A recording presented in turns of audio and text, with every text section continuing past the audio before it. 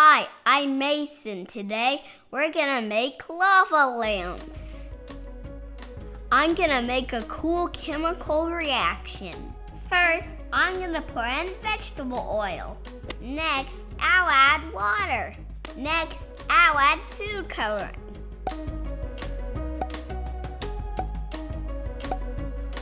Last, I'll add an Alka-Seltzer. Then we can see the reaction.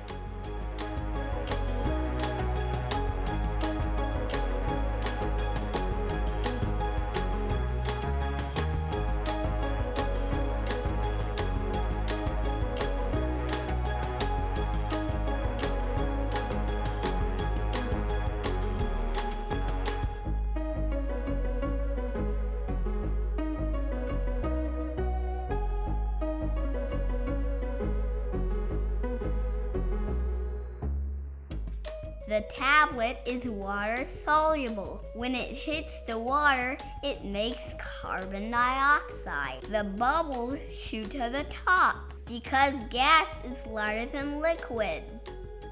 Thanks for watching!